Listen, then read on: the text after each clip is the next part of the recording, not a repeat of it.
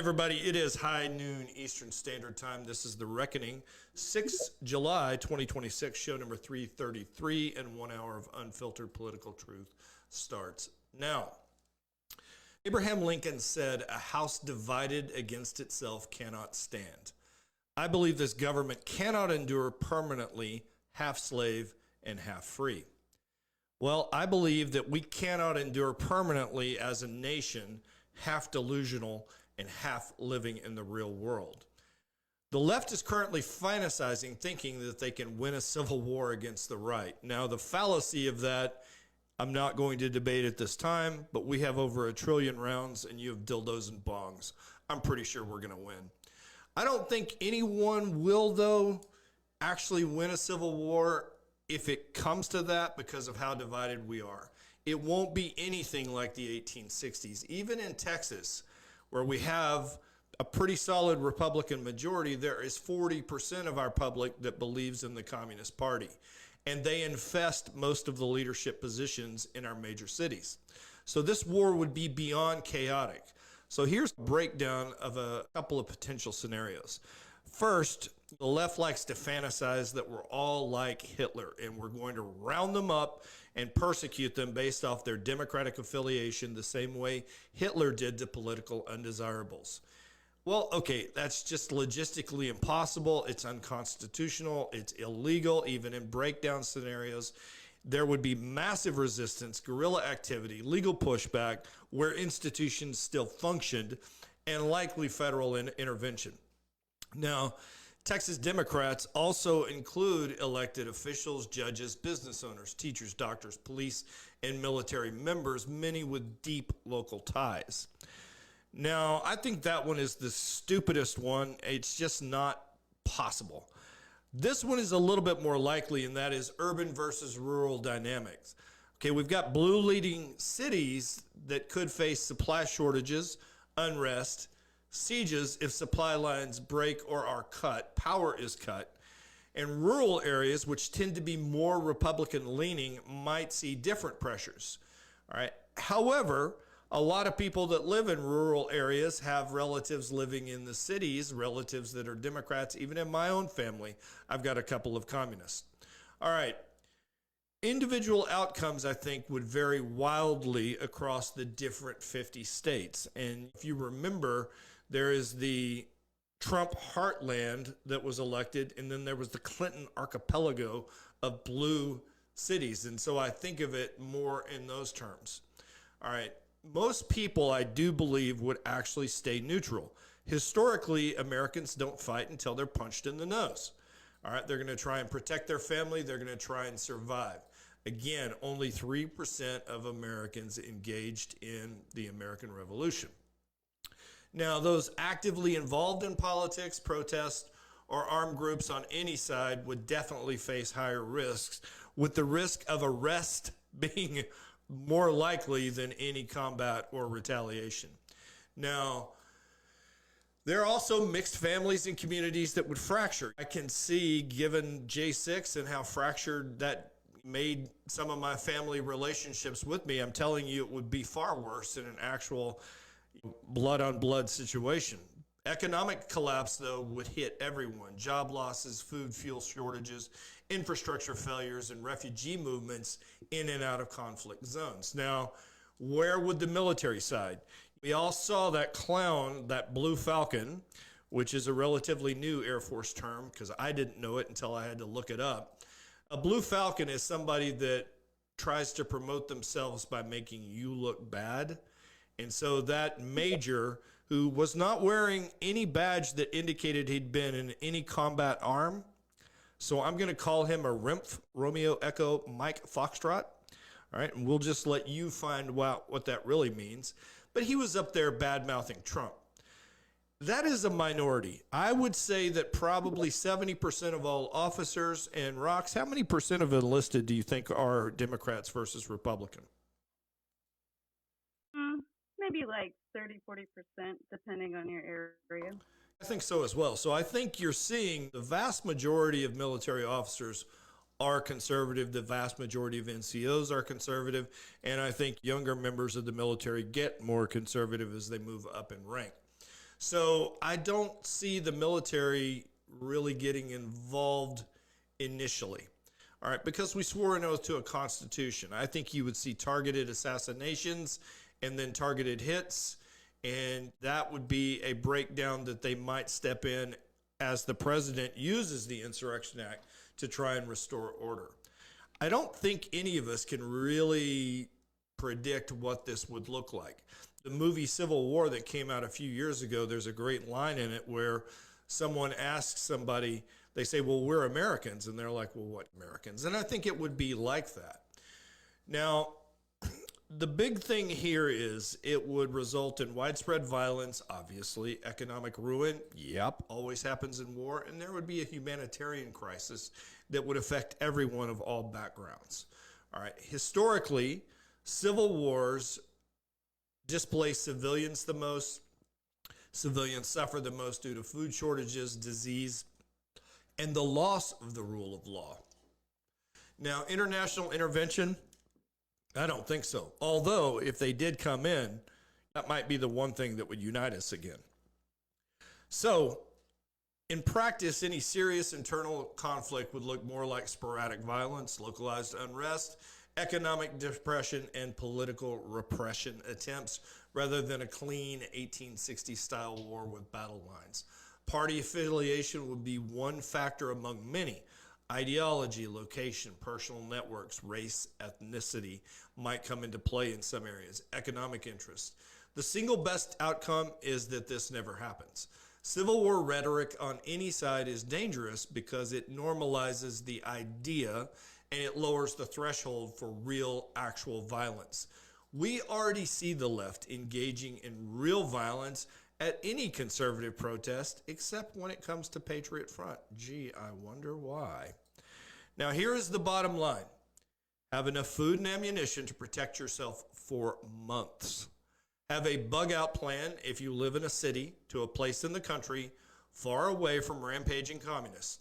And a no cell phone comm plan, as well as a rejoin plan with your family. Could the younger generation actually find something without the GPS on their phone? I know how to read a map.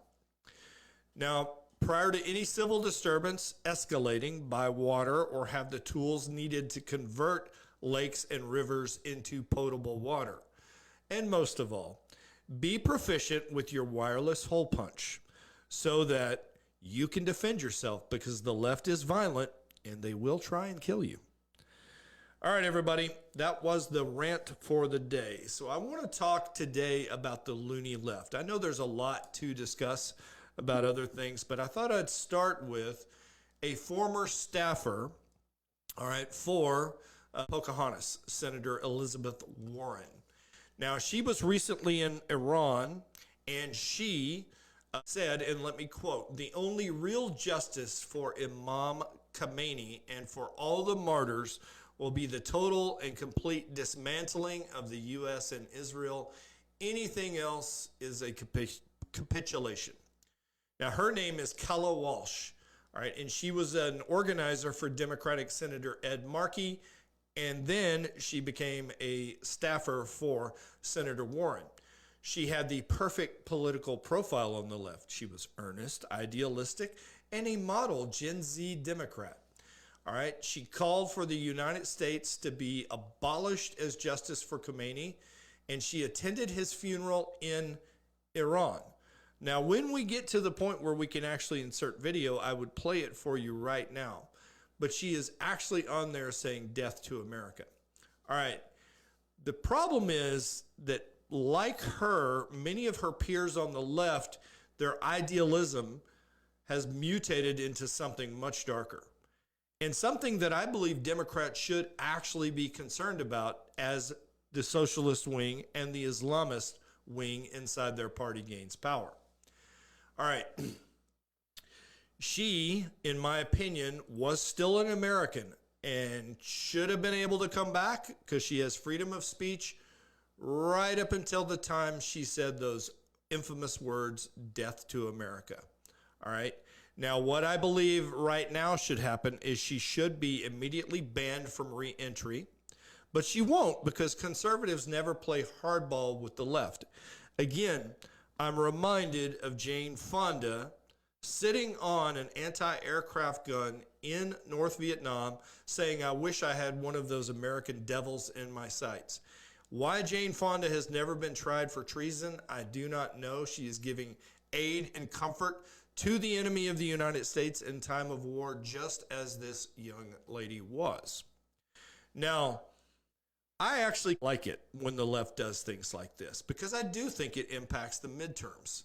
All right. Most Americans don't want to hear death to America from a Democrat. All right. And the Democrat leadership has got to know that this anti-American rhetoric, the continuous denunciations of capitalism and calls for revolution will not resonate with the average voter that honestly just wants to live their life in peace. All right. I believe that the average American treats the government like a hornet's nest.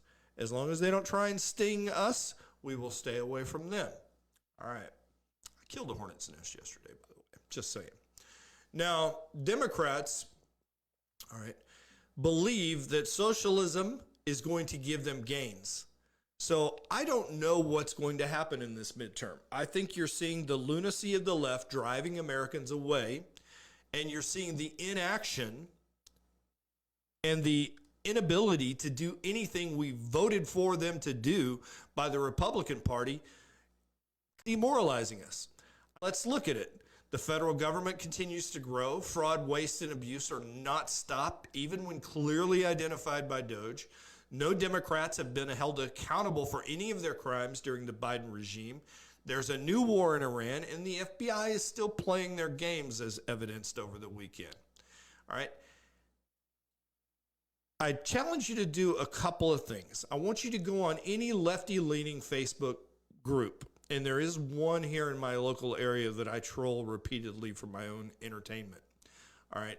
And note how quickly and how savagely and violently they attack the truth. Post anything there and watch what happens. Now, I think you're going to see the lowest voter turnout in midterm history per capita. That's what I think is going to happen. So what do you think is going to happen in the midterms, Dr. A? I think the Dems are waking up and realizing that their party has left them, at least those who still have a brain on. And Kala Walsh, sir, is someone who Insurrection Barbie and Stealth Medical have been tracking for the past year and tie her to several of the murders of individuals at a finance building, I think in D.C. No, that was New York, and the murder of the two young people outside of the event in D.C. She's been very involved, not to say she did them, but she was involved in the planning. She was present at both locations and then fled out of the country immediately after each of those events. She was being trained in Cuba as a teenager. So this goes way back with her. But I actually think we're going to hold on in the midterm, sir. All right, so she's trained in Cuba by the communists, and she's just given free rein to roam freely in America. See, this is what drives me nuts. And the reason I say that is I am 100% certain that all of my communications are monitored at all times by the terrorist group known as the FBI. And yet this woman goes to our enemy countries and just moves back and forth inside the corridors of power. She is, as you just said, possibly linked to a couple of homicides. She's overseas chanting death to America. What do we need to lock this woman up? It's unreal. All right, go ahead, Rox. What are your thoughts on the midterms? I know historically that we usually lose them, but I'm in agreement with everybody that it is so obvious and getting more obvious by the day that we are taking, or the Communist Party itself has taken over the Democratic Party, and you're starting to see the infighting between them, that you can't support it. I think it'll make more people wake up. I know a lot of people waking up going, what the hell is actually happening here? And we're like, over here, we told you so. If you didn't see it, this is literally the Marxist playbook. It's been happening and unfolding before your eyes for like over 50 years now, and it is beyond a reasonable doubt, in my opinion. And I think people are going to see that and see how much those policies are failing, and even New York City, I'm sorry, like all these promises are already showing like it's not going to happen. It's all talk and no game. You keep wanting to vote for that, go ahead, but your cities will fall, and so will all of your party, and you could tell. And Fetterman is the only one that maybe you got to have a stroke to have common sense in the Democratic Party. I don't know. I'm not wishing that. I'm just saying. That's well said. All right. I don't see any other hands there, but again, I hope for the best for the midterms, but we'll definitely see how it goes. I just don't know. I just don't know. Who knows? All right, I want to talk about, again, and I told you, there's a lot of things going on in the world right now. I'm ignoring the Iran war until something significant happens in it. So I'm going to continue to do that. So Lego announced that they're celebrating Pride Month again. Now, in Satan's continuing war on our children, Lego said, Pride moments are built brick by brick. Swipe to see more of our Lego colleagues' stories. Now, I don't have a problem as a consenting adult. You can do whatever you want to do. I've got a problem with this indoctrination of our children. All right, let them make up their own mind. Let their parents teach them their morals and values. And then if they choose to do something else, it is a free country made and kept so by people like rocks. So again, this is the stuff that drives me nuts, is when you put this agenda into children's Legos. All right, I can't take it anymore. All right, so the accompanying slideshow to their Pride moments are built brick by brick, all right, showed many figures recreating the coming out experiences, including one character attending a pride parade and another depicting a male character proposing to his boyfriend. Lego is now openly pushing pride parades, gay marriage, and rainbow ideology straight at children, according to one commentator on X. This isn't inclusion. It's sexualizing childhood and grooming the next generation with adult themes. Quick question for you, Dr. A. Did you even know in elementary school, I want you to think back, the first name of any of your teachers? No. I didn't either. We weren't told what they were. No, exactly. What about you, Rox? No, I don't think so. And if it is, I saw it like on a piece of paper or something that you hand off to your mom with your report card, but never did we weren't allowed to ever call them by their first name. Kind of thing. Even through high school, I only can tell you like a couple of first names of teachers, and that was because one of them I learned later was a lieutenant colonel in the U.S. Army Reserves, my chemistry teacher, all right, Jerry Norris. But I could not tell you, I don't think, anybody else's name. Go ahead, Dr. A. One high school teacher, sir, because he also was a teacher for my parents and my aunt, and they had a running joke about him. Okie dokie, Dick Dokie. His name was Richard Dokie, but he went by Dick Dokie. Got it. I told somebody to consume a satchel of Richards over the weekend. But anyway, that's a different matter, I think. All right, so now the company also promoted a Pride Month activity on its official website on June 1st. It's time to paint the town red, orange, yellow, green, basically a whole rainbow of color. Somebody told me the other day, and again, I know it's Roy G. Biv, so that's what, 7 colors in the normal rainbow. How many are there on the pride flag? I don't even know, but somebody told me it was less than a normal rainbow, so they didn't even get that right. So, but anyway, it says that's right, it's Pride Month, and we're celebrating the best way we know how with Lego bricks. So, again, when is this going to stop for good? What's this obsession with destroying the innocence of children? Now, this does have an effect. You can't say that it doesn't, because federal sentencing for sexual abuse offenses related to children rose 33% since FY 2021. This is corroding our society and blurring a line, and I believe it's intentional by those people that actually, for whatever reason, are attracted to children, and it's got to stop. So I'm telling you right now, I would not be buying Lego bricks at all. I don't care what any adult does. I just don't want children exposed to this. Go ahead, Ultra. Okay, I was just going to chime in on just a couple of points because Yes, I'm very well educated on this thing. Yes, so sir. actually, to answer your question, so the rainbow flag origin actually comes from Dorothy Gale.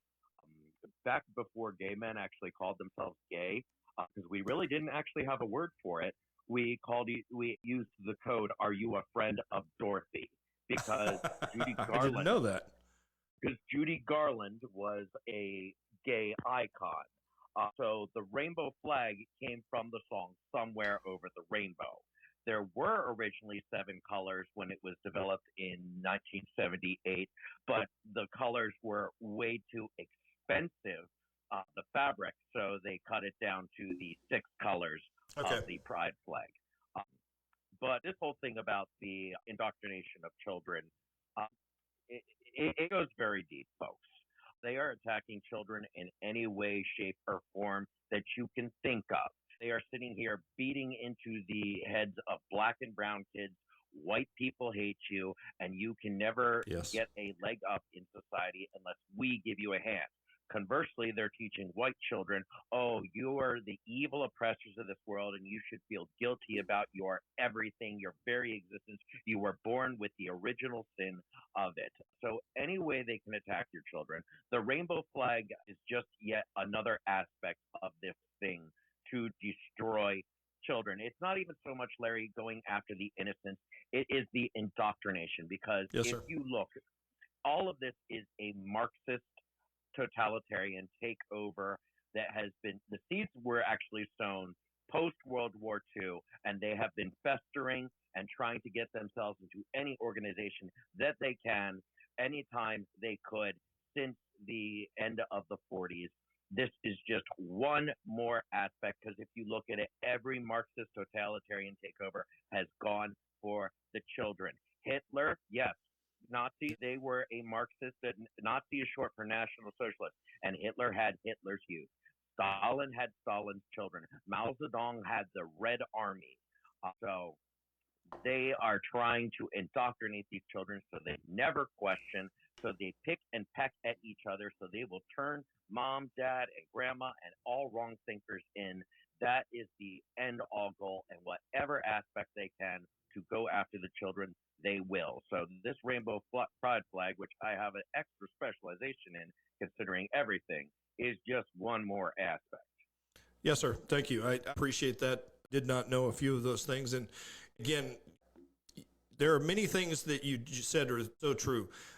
The Marxist goal in every society, and honestly every totalitarian society, is to destroy the family unit and then to take over the children and to work on them. And so that's exactly what we're seeing in this regard. Go ahead, Buckster. Hey, Colonel, how you doing? Good to see you, Rocks, Dr. Angela. Real quick, on this, what they've been doing to the children and what they continue to do to the children is definitely something that needs to be 100% stopped. I agree with everything that Ultra said and what everybody else has said, but there's one key important point here. This stuff had started 20 years ago, okay? I raised my 2 sons by myself. My 2 boys, it was my responsibility to educate them properly, to teach them to be patriotic, to teach them to love the country, and to teach them to love their neighbor and everybody else, but not fall for this crap, because they started doing it then. There were rainbow flags, LGBTQ, before they added the rest of the alphabet, and they started putting this stuff in schools. And they would come home and we would sit down and we would talk about it, and I would educate them on it, and I would tell them, it's not that I'm asking you or telling you that you should hate somebody. I'm telling you that you do not let somebody dictate to you what your beliefs are, what you be right. And I think that's one of the biggest things today is we as parents, grandparents, uncles, brothers, cousins, we need to sit down with these families, even those families that people in that family that may support some of this stuff, and educate them, talk to them, help change their minds, change one mind at a time, because we're up against social media, we're up against what they're doing in the schools, and we're up against what all these corporations are doing. Banking is the most woke industry in the world, and most people don't pay attention to it. It's everywhere. So we, as a society, have to take this back. We can't depend on the schools, we can't depend on the government, and we can't depend on the media. We have to take it back, just like we do each election. We cannot let the Democrats, we cannot let the socialists and the communists and these groomers win. And that's how we do it. One person, one heart, one mind at a time. And it starts with your own children and your own family. Thank you. Totally agree with you. That's just the way it's got to be. And they're still going to make up their own minds. I've become convinced that you can basically teach a kid till they're about 13, and then you're just making minor course corrections. So I think that's why they're trying to get them so young with their indoctrination. All right, I've posted Rox is going to post a picture, all right, and it is a compilation of the two photos of people being on buses.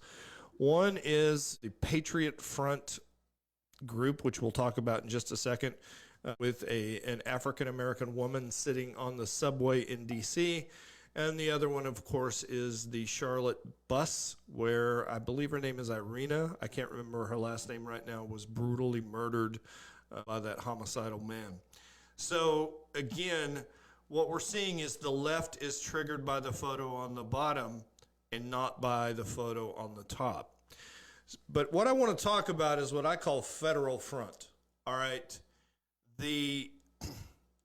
I just don't know how to say this right now, and I was looking for what the logical fallacy is, but because there are questions that are not being asked, I believe that this is a federal group. All right, but I'm going to go through a few things that make me think that. But my primary thing is I don't see any Democrats calling for investigations into it. I don't see the FBI trying to round it up. I don't see anything that they would have done to a January 6th group or that they would do to a true right-wing organization. Now, here's some history that I've compiled from X because there's not a lot of information that I actually trust on this. Now, the good news is Data Republican has said she's going to start digging. And when she starts digging, we will definitely find it. I'll come back to you, Ultra, after let me go through a few of my talking points. So, historically, Patriot Front was the usual right-wing hillbillies, for lack of a better term, all right, that were racist, and they were centered south of the Mason-Dixon line, or as we used to call it, the common sense line. I say that jokingly. Now, then the group became infiltrated by the feds, according to this guy. New chapters were formed, and the new chapters had basically no contact with the original leadership. Then the marches started occurring during the illegitimate and criminal Biden regime. All right, the Louisiana State Anti-Terrorist Task Force investigated the Washington, D.C. march, which I found curious, as a potential local threat, again, overreach. And they concluded that the group was composed almost entirely of federal law enforcement officer cadets. All right, in those days, the uniforms were not merely similar, they were identical and contained numerous items identifiable as federal Leo standard, i.e. 511 cargo pants or whatever you call them. All right, I have a pair on right now. All right, also that investigation, all right, led to the fact that the trucks that Patriot Front had arrived in, all right, had to be replaced quickly as they were stolen while they were parked, and the BOLO listed the renter as the FBI. Now, a Louisiana senior law enforcement informant says that they are no longer using FBI cadets for these exercises because they want to preserve plausible deniability. Instead, they are using park ranger cadets, wildlife cadets, and especially sworn IRS cadets. Now, after several marches in the original form, Patriot Front morphed again, and the uniforms became more non-uniform. Still look pretty uniform to me. The first march in this new non-uniform was apparently in Western Maryland, all right? And the place they picked, there happened to be a police unit there, all right, to watch them on their way to march. They were using a public park for a staging area, all right? And many of them were videoed and photographed at this location. Remember the rental truck? All right, the occupants of the rental truck were detained, and all but one of them were unmasked, arrested, and brought to trial. The list of the indicted, all right, matched the original Patriot Front membership list, and they are on the SPLC's hate watch list, all right? Now, they don't say whether or not they're paying them. But if they're on that list, how many people were they paying on that list? We don't know. Now, after this, the trend with similar but not identical uniforms has continued. The marching became sloppier. All right, some marchers showed their faces, and they tended to occur just after crisis happened, all right? So I call this the SPLC phase. Again, I'm borrowing heavily from a guy on X, all right? Now, is the Patriot Front still under deep state supervision? I don't know. I suspect they are. And if they're not under deep state supervision, I guarantee you that people in their leadership team are compromised by the FBI. I've met him. I like him. Enrico Tarrio is a nice guy, but in the early 2010s, he was an FBI informant. Okay? That's just what they do. Every right-wing organization, every single one of them that exists in the United States is probably at least 30% funded by the U.S. government. Probably at least 30% of the members are either informants or actual FBI agents. I do not believe that we still have a white supremacy issue. Now, what's funny about that is the white supremacy term that the media uses over and over again has increased over 5,000% from 2009 through 2020. So again, maybe I'm just delusional because I lived in the military where the only color I saw was Air Force blue or Army green or Marine khaki or Navy blue. You get what I'm saying, all right? That's the only color that we recognize in the military. So maybe I'm being delusional, but I don't see it anymore the way they see it. Now, how do I think they fund them? I don't know, but I know this. Data Republican will find out. And I also can tell you, if they really wanted to, they would be digging into these people and they would be figuring this out. I find it reprehensible that on our 250th birthday, they marched and that became the story, which overall, in my opinion, is what the goal of the left was. Instead of turning it into a unifying event for all Americans, they get to turn it into, look how evil the white man is. I'm just so sick of it. I'm sick of the left. I'm sick of their games, and something needs to be done to stop them. All right, so my question there is, and you guys are probably along the same lines as us, is there any more evidence you have on Patriot Front? Because I don't think they're organic at all. I don't think I've seen anything as astroturfed as this, and I don't know when or what it's going to take to actually expose them. Again, I am a fan of Occam's razor, and if they're really using federal agents, why hasn't somebody come forward? So it doesn't make, again, there's just too many things about this that don't make sense to me, but I do not believe there are that many people that would really believe that archaic ideology. But then again, there's 1.4 billion Muslims that believe in archaic ideology, so who knows? All right, Gerpanda Rocks, go ahead. What are your thoughts on this? I don't know. I posted a couple in the pill and one up top. I totally agree with you about a lot of things. Someone mentioned probably see if they're funded by the Southern Poverty Law Center. On top of it, you never know. So the Maybe names, that's where they're funding. the names that were mentioned in the indictment, I actually tried to find out whether or not they were funded by the SPLC, and they were not. I don't have a lot of other names, and I don't know how the SPLC actually funded. Did they write a check that says KKK? I doubt that. There had to be pass-throughs, etc. Again, you can find ways to hide and funnel money. I watched my opponent do it during the campaign at a scale hitherto unimagined by me. So I don't know how to find it, but Rox, what do you think is going to take to break this? Like, why aren't people going up and ripping their masks off and using facial recognition on these things?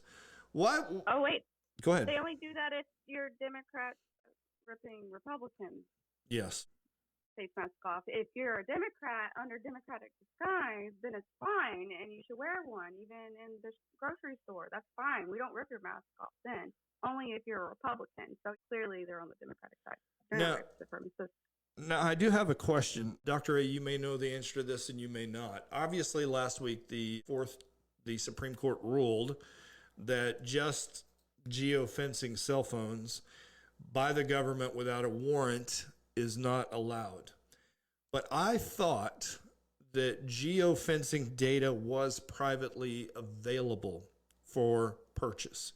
And the reason I bring that up is somebody, somewhere, has surely got to be curious who all these clowns were. And I guarantee you they had cell phones in the area, and we could probably link them to it.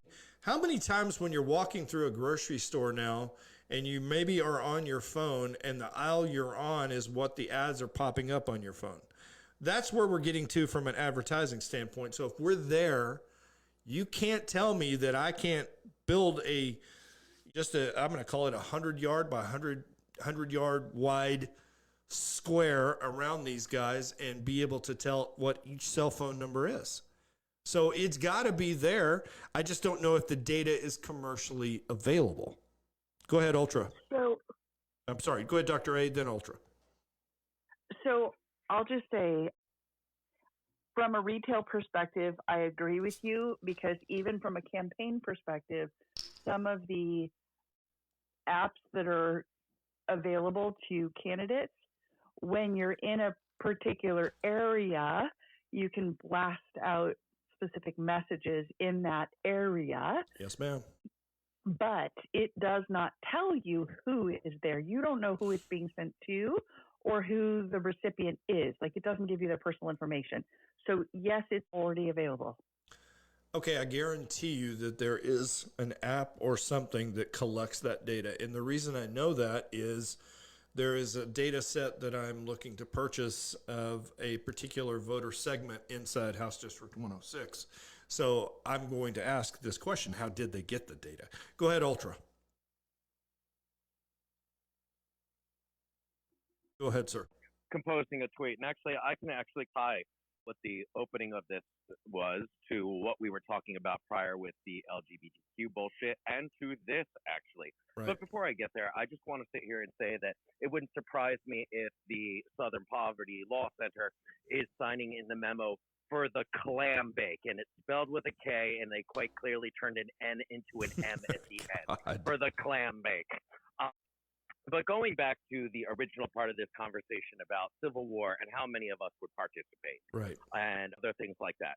If you look at demographics, about 11% of the country is in the extreme towards the left. That is why we're talking about Antifa and other groups. And it's also very important to start distinguishing what's a classical liberal, what is a progressive, what is a democratic socialist, and what is a communist revolutionary. They are four very different things, but that's another conversation for another time. Meanwhile, the converse on the right, about 8% of the country is extreme on the right. Here we're talking about the actual real Klan. And I think that there's only about 400,000 Ku Klux Klan members in the country. So there are our extremes in this country. We have about 90% of the entire population that is absolutely irredeemably retarded in terms of these people. We can't with them. Everybody, we at the right look at our 8%, and the left, well, they're trying to pretend like their 11% doesn't exist or them away. So now back to just a piece about what we were talking about prior about the LGBTQAI and everything. Larry, an important aspect that people often look over is look at when we see these people, these LGBTQ mafia leftists get together. There's always somebody with a microphone shouting the chant, and they're all saying it, and eyes are glazed over. They don't believe what they're saying. Like, trans women are women, and everyone goes, like a church. Not everybody speaks Latin, and they just mouth along with what the priest is saying, trying to make their sounds rhyme with Latin. That's what these people are doing.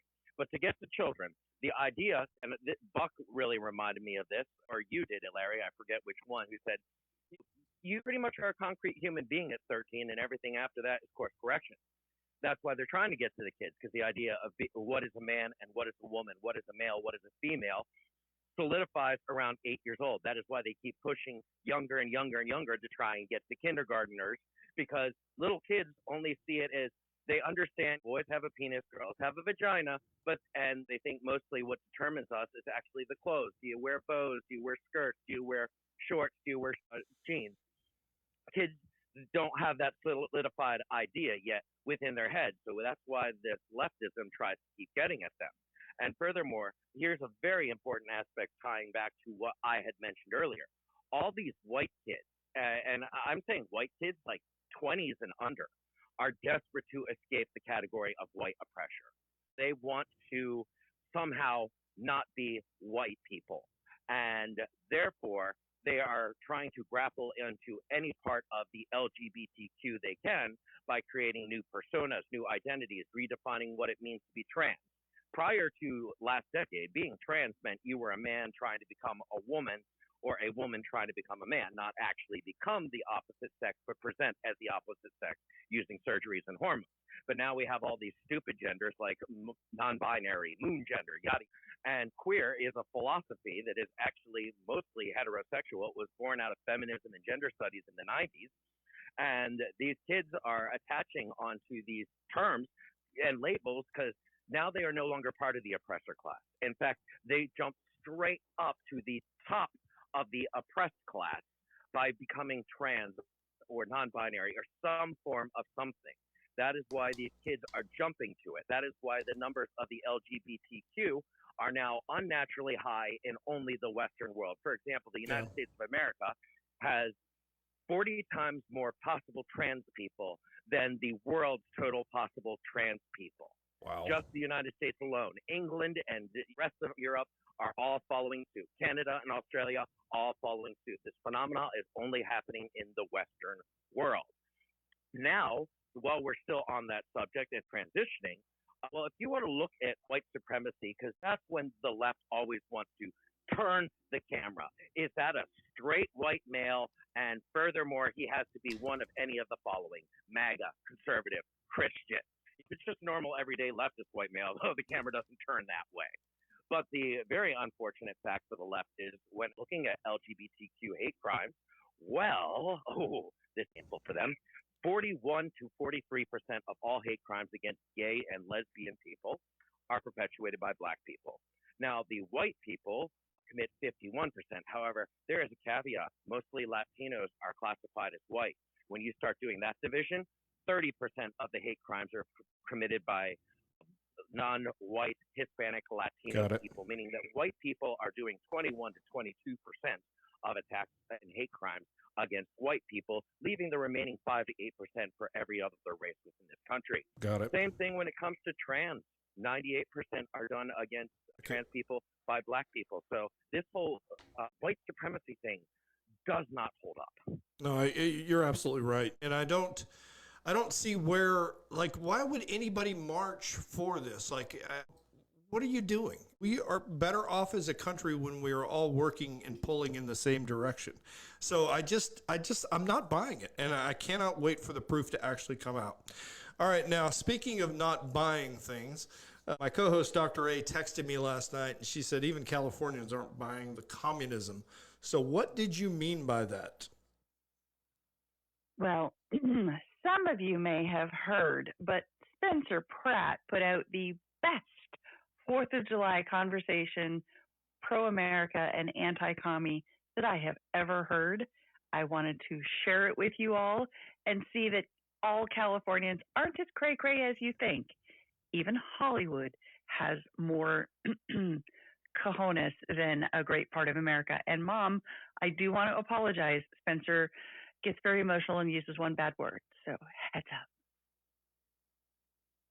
We all had to sit and watch that vile commie mayor sit on the wrong side of our founding fathers' desk to try and lecture us about our own history.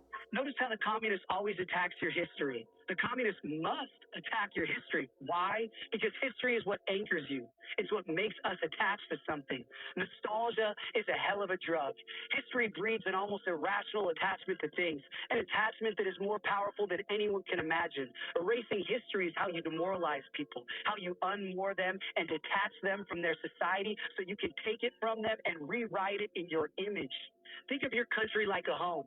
What makes your home special? It's not the marble countertops or the expensive furniture or the fancy appliances. It's the memories you have there.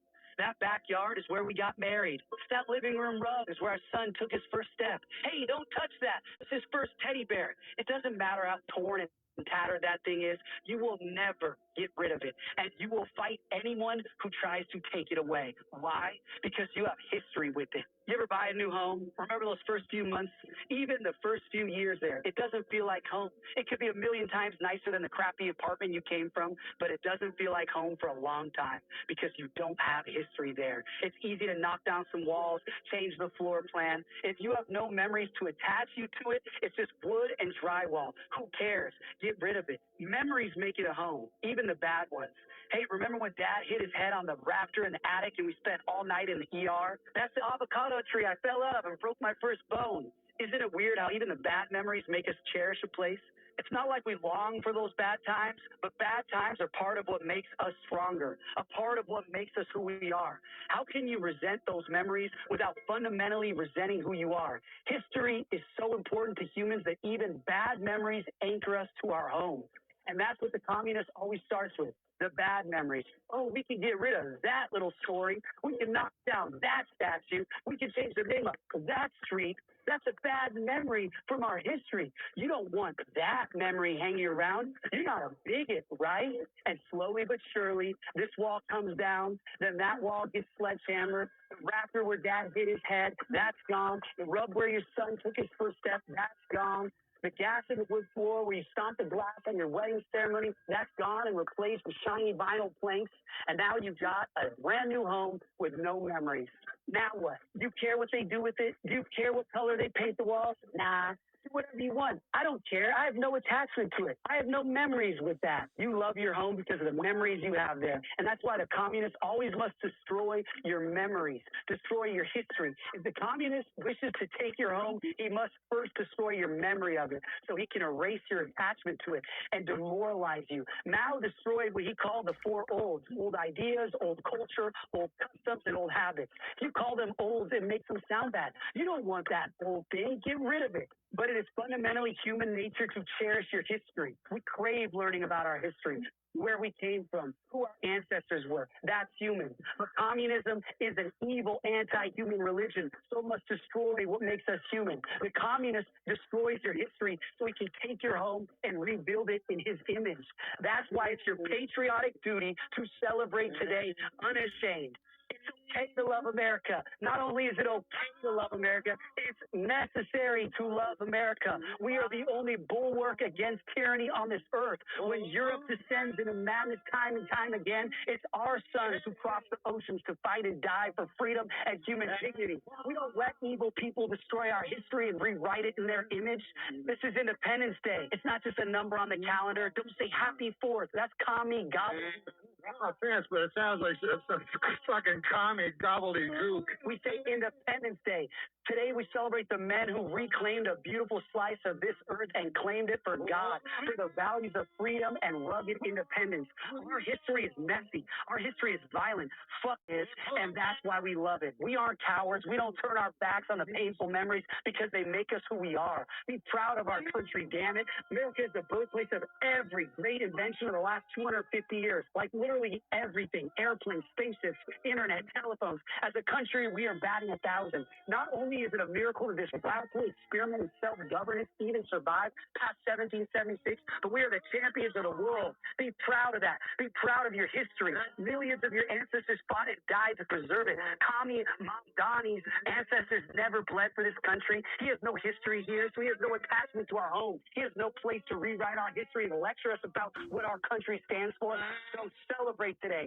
Show some American pride. Honor your history. Raise your flag. Raise a finger and say, fuck you, communists. This is our home, and you can't have it. Today we celebrate our Independence Day. God bless America. All right, Dr. A, that was a heck of a rant there. Yes, sir. We do it well in California. Sorry, Mom. All right, so the question then is, if he sees this, now what's the final tally on the election? I take it he's completely out and done? Because California, I never know when your elections are actually over. Well, technically, it hasn't been certified yet, sir. All right, so where's he at? How much did he lose by? Last I checked, it was like 10,000 votes. Okay, so we have a communist, and literally, who was trained in Cuba. Gee, that seems to be a theme for the show. Mayor of Los Angeles. And then you've got the Joker as a governor. So you can spot commie, but you're still voting them in, apparently. Or the communists, again, are voting themselves in. What is it? I think one of Stalin's quote is, it's not the voter that counts, it's who's counting the votes. So, again, if that's not a quote. For over 30 years. Over 30 years, California elections have not been free and fair. So whatever they turn out to be, it's what they wanted them to be until or unless we can secure a free and fair process. Now, again, I've just got to ask, why can't Republicans do something as simple as passing the SAVE Act? And yes, I know John Thune's wife and daughter are Democrats. I know all this. I'm just basically, that was, I guess, a rhetorical question. They can't do it because they don't want to do it, because the Uniparty does nothing but take care of itself. They don't care about us, which is why I've got to ask, why even vote? It doesn't matter. We wind up with higher taxes. We wind up with a lower standard of living. We wind up with more social problems. What is the point when the Republicans, the good guys, don't do what we tell them to do? Remember that fist, sir, Trump in the air fight? Even in California, we're trying, sir. We're trying. I know that. And I'm saying that, but there are days where I despair. I watched somebody on our state Republican executive committee walk around at a party this weekend and say, I run this Senate district. No, if you are a leader, you are supposed to serve the Senate district. That's what elected office is. It bothers me a lot that we don't have people that actually care to fix problems. I don't see it. I don't see it anywhere. I don't see it at the local level. I don't see it at the state level. And I certainly don't see it at the national level. Trump cannot do it by himself until we render him an American Caesar, which he is not. So as much as the left likes to say he's a dictator, he's never done anything that's dictatorial, which drives me slightly crazy as well, because I was hoping for just a little tinge of it, for retribution against the FBI and the other terrorist agencies that hounded J6ers. Speaking of, a J6er took his life last month, and we're just now hearing about it, and it's going to continue. There's no let up from it. This guy, I think he had applied for a job, got the job, HR did a little bit more digging, fired. Some of these guys have no job prospects because of the lies that are told about him. It's the same lies over and over again about me. You just can't get through any HR. I am so thankful that I had my own company doing something prior to all of this nonsense. I don't think I'll ever fly an airplane again because I can't get through an HR process with anyone. That's just life. When I say fly an airplane, or money again. All right. We were just going to rifle through. I want to finish this topic so that it's not the hanging Chad from the last thing. We were talking about Agenda 47. So rebuild cities, Washington, D.C., make them safe, beautiful, and clean. He's trying, and they're complaining about that, saying we like the green reflecting pool. So his rating there was 52 out of 100. I said I thought he was doing a pretty good job there. Dr. A, you said it was a bold goal. All blue governors and mayors will resist. Washington, D.C. does look cleaner and safer, but it's only one city. Strengthen and modernize the military. Rox, heard earlier, Dr. A told us about the Golden Dome thing. Have you heard about any increased funding, really? I knew that they spent $1 trillion.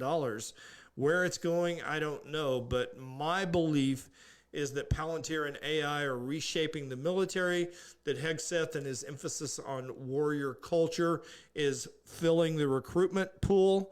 So I think he's doing a pretty good job there. I give him a solid, I think I said, I actually didn't put a number on that, but AI gave him 82 out of 100. And Dr. A, you agreed with that. Rox, what are your thoughts on that? I think I actually saw something a couple days ago actually showing the recruitment numbers across all branches are through the roof. And for the most part, it's because Hexas has brought back the warrior ethos instead of the kumbaya. Because I'm telling you, there is a thing for real, with death by PowerPoint and training over something. Now, it's good to a certain extent for some things, but not everything. Like, even can you ask if they've had a sex change and when is it official, and whenever it's officially on their record stuff. That stuff had to go. That was a big problem I saw, and even the last few years, it was eroding morale. But the fact that you couldn't even get close to meeting your goal numbers for the military under Biden every single year, and now we're not even we're about halfway through the year, and they have surpassed their recruitment goals, and they're still coming in. That's amazing. And because people join the military to do something, the benefits, and to do something, and to fight for their country, not hold hands and put rainbow flag. We do it facetiously sometimes because I had a multi-camp rainbow like for unicorns and EOD because we're special. But it wasn't like the entire, it was multi-camp still. But we were stuff and having fun and not being in fear of hurting people's feelings just because you say the wrong thing or you don't know their pronouns. Like, that stuff is out the window. This is what it is. You're a male or female, black and white, and you're going to train to be a warrior no matter who you are. And whatever job you perform, they're all needed. They're all important. And no more of this wasting people's time. Like, we've got to get down to being the best warfighters in the world, which we are. And we have to continue on that path and surpass it because technology it's going out through the roof. If you can't catch up, what good are you? We're not here for holding hands. We're here for fighting and winning wars and protecting our country. I'm with you. All right, we're going to skip a few of them. But the last two, I'll just go over real quick. Secure elections, voter ID, paper ballots, proof of citizenship, same-day voting. And again, this was a pre-campaign promise to the American people. Hasn't been done. And it hasn't been done because the rhinos in the Senate won't let it be. So I give him an F on this one, a 55. The rating I gave him was 72. Dr. A, you said Trump is trying, but it's not getting the support of the Senate. You gave him an F as well. And the last one is uniting the country through success. Now, we did have economic and security gains in some areas, but polarization is getting worse. It is persisting across political, cultural, and social lines. I think we're more divided than ever. Grok gave him a 45 out of 100 on this. I thought it was a good number. Dr. A, you agreed with me on that. For those of us that are dinosaurs and roamed the earth in the Cretaceous period, the whole country celebrated the bicentennial. We had bicentennial quarters. The advertisement was everywhere. Red, white, and blue was everywhere. And I didn't see hardly anything for the 250th birthday. It's actually disturbing, and I don't know where we're going. I don't think unless we get back to building a culture of patriotism and a true history, which Ultra pointed out, rather than a manufactured history for political gain of this nation, I don't think we can unite again. So I'm going to close with two quotes, all right? One from Pete Buttigieg.